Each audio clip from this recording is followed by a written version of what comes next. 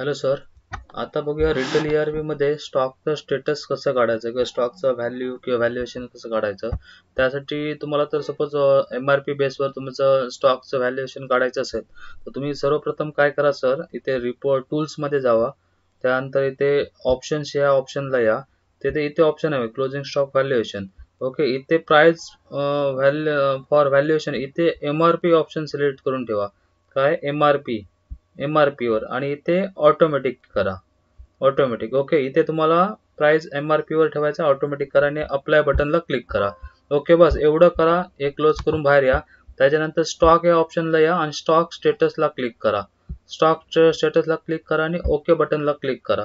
Okay, की software तुमचं automatic जेवढा तुमचा प्रोडक्ट आहे तो ऑटोमॅटिक तुमचा स्टॉक सर्च करेल आणि तुम्हाला जे तुमचं व्हॅल्युएशन आहे ते MRP बेसवर ऑटोमॅटिक जेवढी तुमचं स्टॉक आहे MRP प्रमाणे किती ऍड केलेला सॉफ्टवेअरमध्ये ते तुम्हाला ऑटोमॅटिक इथे दाखवेल. इथे ते स्टॉक तुमचा लोड होतोय.